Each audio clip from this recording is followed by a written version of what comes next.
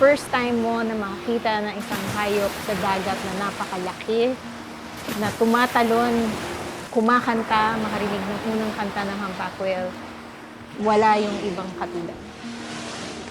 Ang kanilang kanta sa kailaliman ng dagat, hudyat ng kanilang pagbabalik sa isla.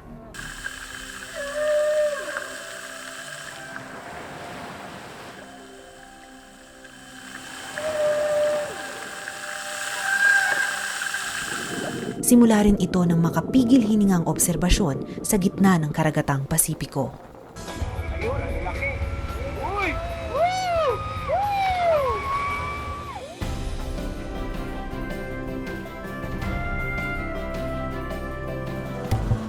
Mahigit 2 dekada nang pinag-aaralan ng grupo ni Doc Joms Acebes ang humpback whales sa Camiguin Norte, Babuyan Group of Islands. Tanda pa niya kung paano sila nagsimula taong 2000. Yun yung na-discover ng species director ng WWF Philippines at that time na meron nga pala talagang humpback whales sa Pilipinas. Wala mang sweldo noon, tinanggap ni Doc Joms ang hamon ng pagiging isang wildlife volunteer researcher. So noon, actually, ang target namin na isla ay Fuga. Kasi doon unang na-dokumento ang mga humpback whales. Kaya lang, mas madali noon na makapunta sa Camiguin galing sa mainland.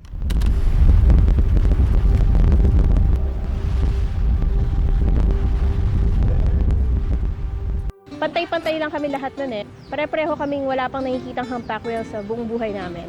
Ang unang impression ko pagdating namin doon, isa siyang parang halos hindi talaga napupuntahan ng ibang tao. I mean, typical siya na masasabi natin na may isang komunidad doon, no? Napakaliit ng karsada.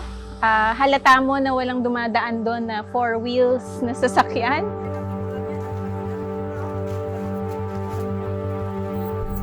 At may nakausap kami na nagsabi na, oo, pwede ko kayong isama sa bangka ko, labas tayo bukas. Kinabukasan na yun, maagang maaga, sinama niya kami sa maliit niyang bangka. 3 lang kami noon na sumakay sa bangka niya. Wala pa sigurong mga 15 minutos, na lumayo lang kami ng siguro mga 200 meters mula sa baybayin ng Camiguin Norte. No? Pinatay niya yung makina niya.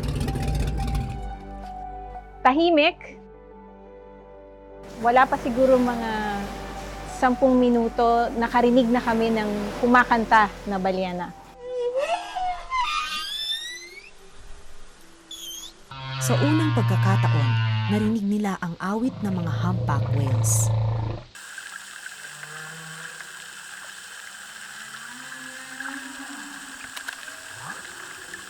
Pero nung unang talagang narinig mo yung tunog na para siyang, hindi mo maintindihan para siyang tunog ng baka. Parang multo na hindi mo maintindihan nang galing sa ilalim ng dagat.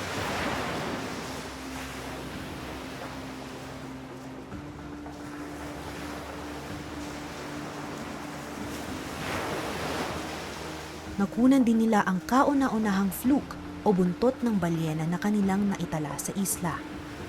Ito ang nagsisilbi nilang fingerprints o pagkakakilanlan sa dagat. Take a photo of each humpback whale has a unique pattern in its ventral side, and that's what we use to identify each whale. At nung una kaming pumunta sa Babuyan Islands, ang hinahanap namin na una-unang characteristic ay makakita ng mag-ina na balyena. So hindi ka makakita ng napakaliit na balyena at isang malaking balyena na magkasama kung hindi yon breeding ground. Isa ang Pilipinas sa tinatawag na breeding ground o paanakan ng humpback whales. Pagkatapos manganak, palalakasin ang bagong silang na calf bago maglakbay papunta sa kanilang feeding ground. Nang matapos ang project ng WWF Philippines noong 2006, pinagpatuloy ni Doc Joms ang pag-aaral ng humpback whales sa ilalim ng balyena.org.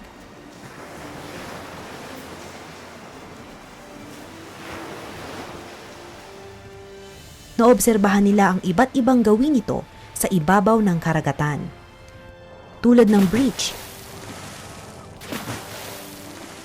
at ang makatindig balahibong glow. Sa tulong ng foreign researchers at volunteers mula sa iba't ibang bansa, higit nilang napakinggan ang kanta ng mga balyena. Dahil sa pagre-record namin ng mga kanta ng humpback whale, sa tulong ng ibang researchers sa ibang bansa, na discover na halos pare-pareho yung kinakanta ng mga balyena, na lahat ng balyena na matatagpuan sa Western North Pacific na population. Nagsisimula sa ibang kanta, habang nagpo-progress yung season, unti-unting naging pare-pareho. So merong similarities o pagkakapareho yung kanta ng mga balyena sa Pilipinas, sa Japan, sa Hawaii, at sa Mexico. So yung singing, no, na behavior, ginagawa lang yan ng humpback whales sa breeding grounds. No? Oo, may tunog silang ginagawa pag nasa feeding, pero hindi yun tinatawag na pagkanta. Dito na nagsimula ang kanilang mas malalim na pagkilala sa isla, mga balyena at komunidad.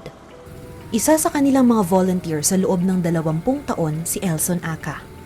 Since 2002, patuloy yung pag-volunteer ko dito hanggat na-absorb ako ng WWF para i-lead yung project din by 2005. Unang pumunta ako dito, na-feel ko na yung satisfaction of doing the work. Tapos nakita ko na people can actually live simply. Yung hindi mo kailangan maging marangya para mabuhay na maayos. Isa ang Camiguin Norte sa pinakamahirap na probinsya sa buong Pilipinas noong 2000.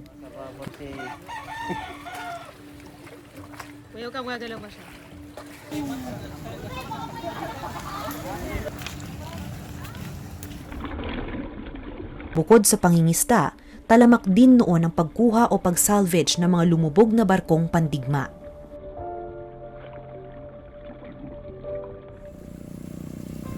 Sa loob ng halos 2 dekada nilang pabalik-balik doon, marami na ang nagbago. Marami na nagbago dito. Tingnan mo nga, ang daan dito, ano na, simentado. Pwede ka rin mag-cellphone. Dati walang cellphone. Mas mahaba ng oras ng kuryente. Pero kung meron man daw na hindi nagbago, ito ang mga residente na itinuring nilang pamilya. Ano po? Wilson, ready na? Si Wilson, yung scholar namin na marunong pala magupit. Papagupit ako sa kanya. Pangingisda ang kinabubuhay ng pamilya ni Wilson.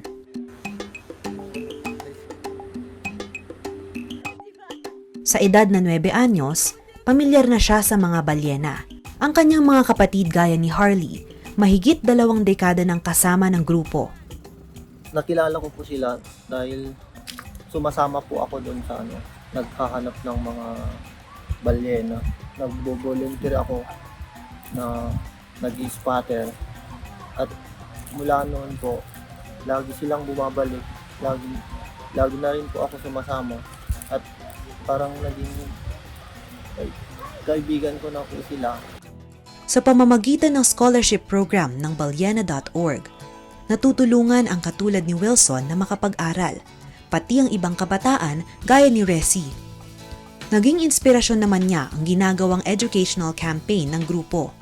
Nung nakarating na po ako sa high school, nag-IEC po sila about mga humpback whales dito sa Camiguin po. And then, nag-approach po ako sa kanila kung pwede po nila akong pag-aralin. Natutuwa po ako sa mga science, tapos kasi yung isla po namin sagana sa mga likas na yaman, kaya gusto kong mag-aral ng fisheries po. Sa kanyang pagtatapos ng pag-aaral, sumama siya sa grupo bilang research volunteer taong 2019.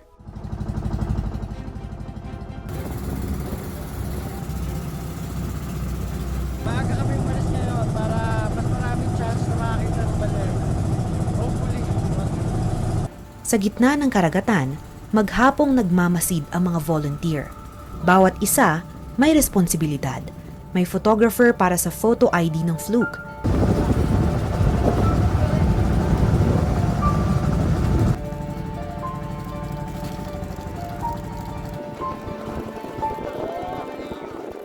Data encoder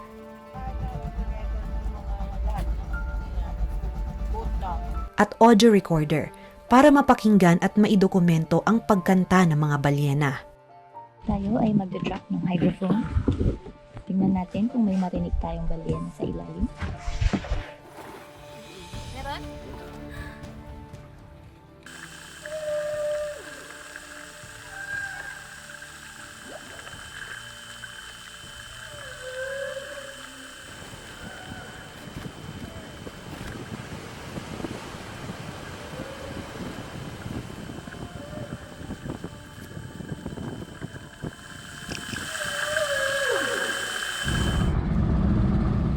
Hindi nila alintana ang tindi ng sikat ng araw, lalo na't ito ang makikita mo.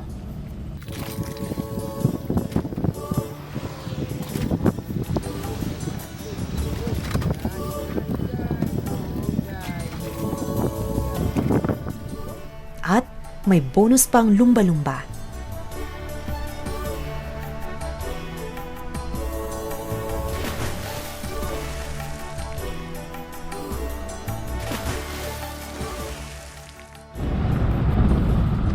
Pero di lahat ng oras may sighting. Bukod kasi sa pabago-bagong panahon, may pagkakataon ding bigo o zero sighting ang team. Talagang wala kasing kasiguraduhan kung ano yung makikita mo sa isang araw. Kasi nga wildlife to eh. Sa loob ng 3 buwan na pag-aaral sa isla taon-taon, ang lahat ng makukolektang larawan at impormasyon, pagsasamahin at ikukumpara sa mga dating nakunan sa isla, maging sa karatig na bansa. Isa sa nakitang bumalik sa isla ngayong taon, si PH080. May sugat siya ngayon. As in, na may nick dun sa kanyang right side. Ito yung probably picture ng 2005, 2004. Tapos ito ngayon yung current picture na meron siyang sugat. Sa pag-aaral, nananatili pa rin critically endangered ang western humpback whales na dumarayo sa Pilipinas. Subpopulation na makikita sa Pilipinas na endangered pa rin, no? Dahil kakaunti lang sila kumpara sa ibang population kasi ang estimate kasi sa population na nakikita sa Pilipinas, including Japan, ay approximately 1,000 whales. Meron pa ring panibagong mga threats. Specific na halimbawa dyan ay yung offshore black sand mining. Bumabalik ang mga humpback whales sa Pilipinas para bumuo ng isang pamilya. Higit din silang nakikilala dahil sa kanilang natatanging pag-uugali at pagkanta. Bilang malaking hayop sa dagat, no, sila yung nagso-store ng carbon. So yung stored na carbon na yan sa katawan nila, dahil matagal sila mabuhay, no, hindi yan marirelease sa atmosphere kahit na mamatay na sila. Dahil sa pamamagitan naman ng kanilang poop or kanilang dumi, para silang fertilizer sa karagatan. Doon nakakakuha ng nutrients ang mga iba't ibang hayop din sa karagatan. Indicator. Ibig sabihin, kung merong masamang mangyari sa kanila or nawala sila sa isang karagatan, ibig sabihin, merong masamang nangyayari sa karagatan na iyon. Sa paglisan ng mga humpback whales sa isla, ang pagsasara ng taunang pag-aaral sa kanila. Pero may iwan ang magandang alaala sa itinuturing nilang mga kaibigan at pamilya sa isla. May mga material na bagay, hindi yun ang dapat mong pagyamanin. Ang dapat mong pagyamanin ito, yung utak mo at saka yung puso mo. Hanggang sa muling pagkikita.